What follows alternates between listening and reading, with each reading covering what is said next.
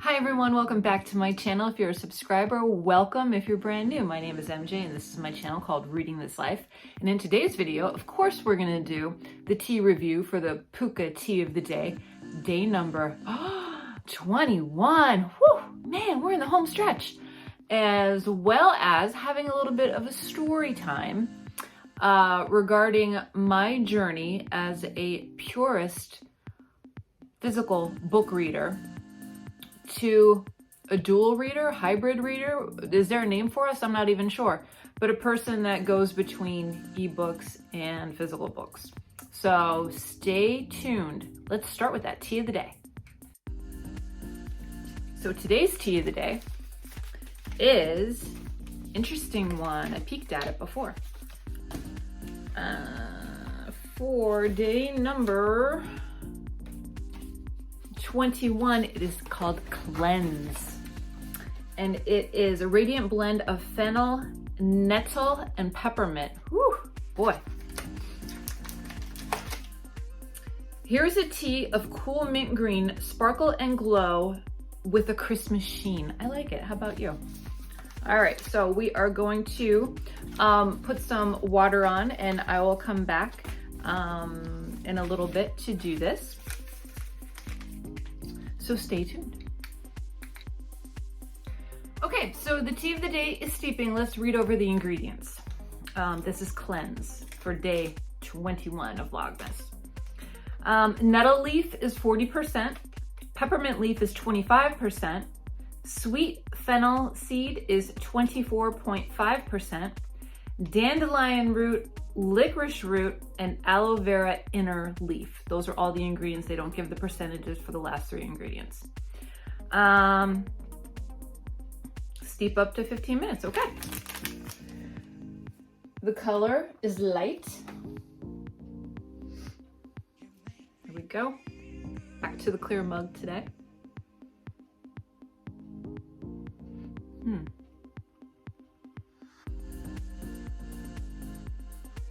There is a scent. Can't quite put my finger on what it would be. I'm not sure what nettle leaf would smell like on its own. If anything, it would be the nettle or the fennel. Let's taste it.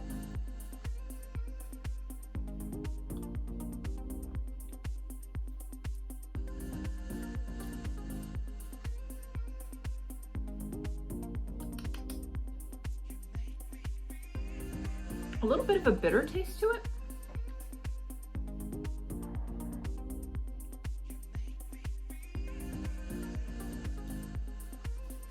I think it's the fennel seed. I catch the peppermint at the end. I get the cooling sensation. What was the first ingredient? Nettle leaf. Tastes like nettle leaf, I guess that's what it is. So there's Watson. On the scale of Puka teas, I'd probably say this is one of my least favorite. But for the properties that it may or may not claim to cleanse, it probably is a really good option. But taste and enjoyment wise, I'll give it a meh.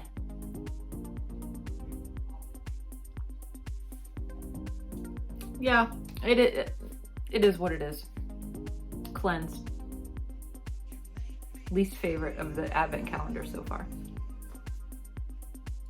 Okay, so for story time, when I was a kid, I was basically surrounded by books. My immediate family were huge into reading different types of books. You know, my mom liked romances. My dad liked sci-fi. He liked historical books as well. And then we also I had an uncle who all he read was Zane Grey Westerns. I had another uncle who was a little bit more into research and philosophy, classics, you know, those types of genres. So I was pretty much surrounded by books a lot as a kid, and I didn't realize it until later, like how much they were in my life, which is really kind of awesome, and I'm grateful for that. So when e-readers started hitting the market, I wasn't a fan, not at all. I was a purist, and I was said, you know, I'm gonna die on this mountain with this physical book in my hand before I buy an e-reader, blah, blah, blah.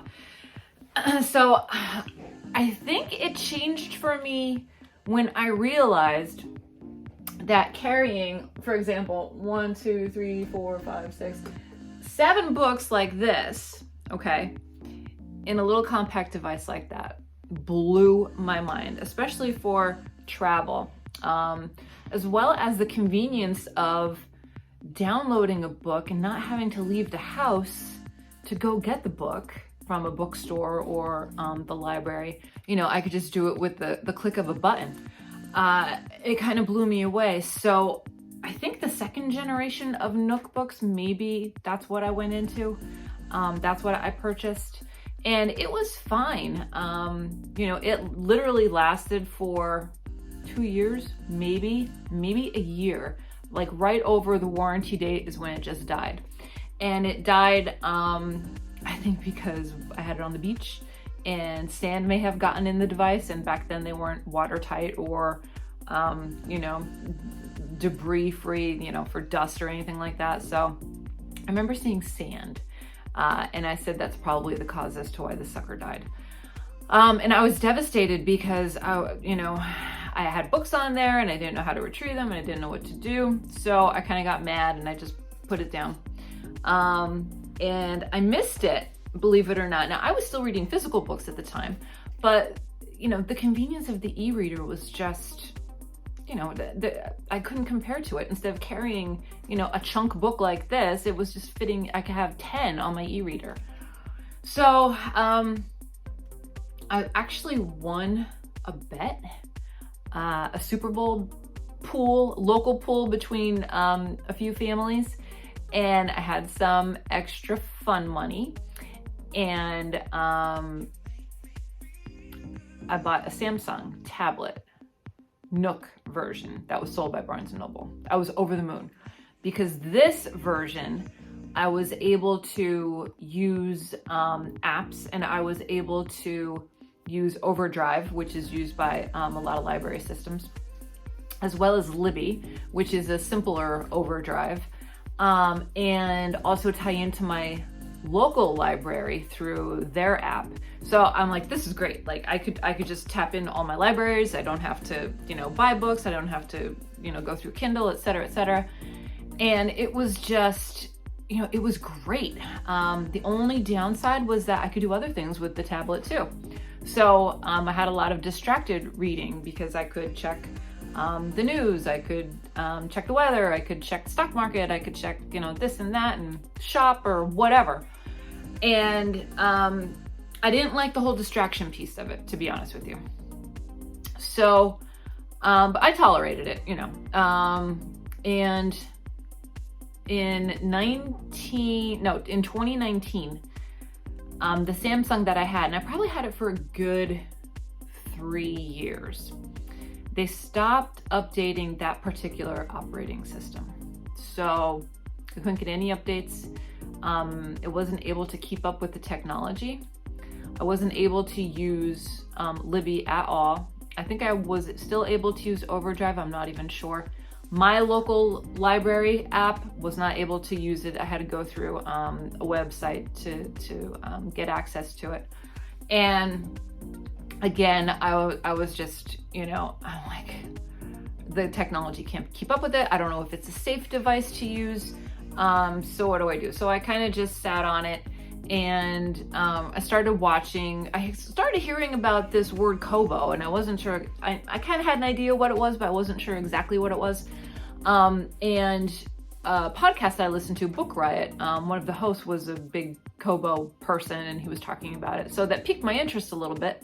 So I went on YouTube and I saw some reviews, and I'll tell you what, I really, really enjoyed what I saw.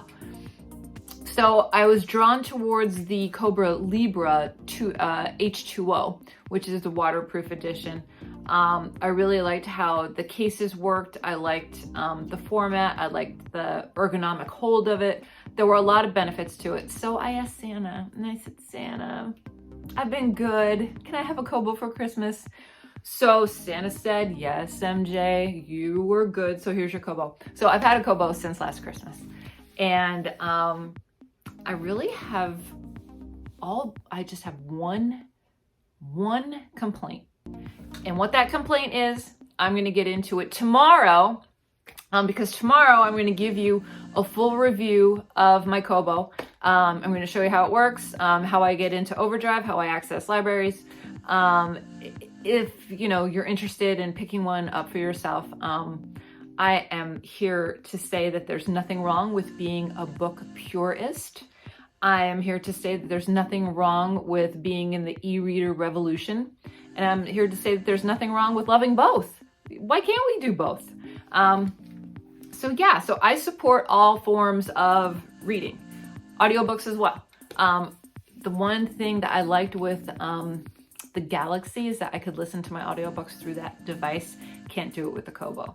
So with that, I use my cell phone most of the time.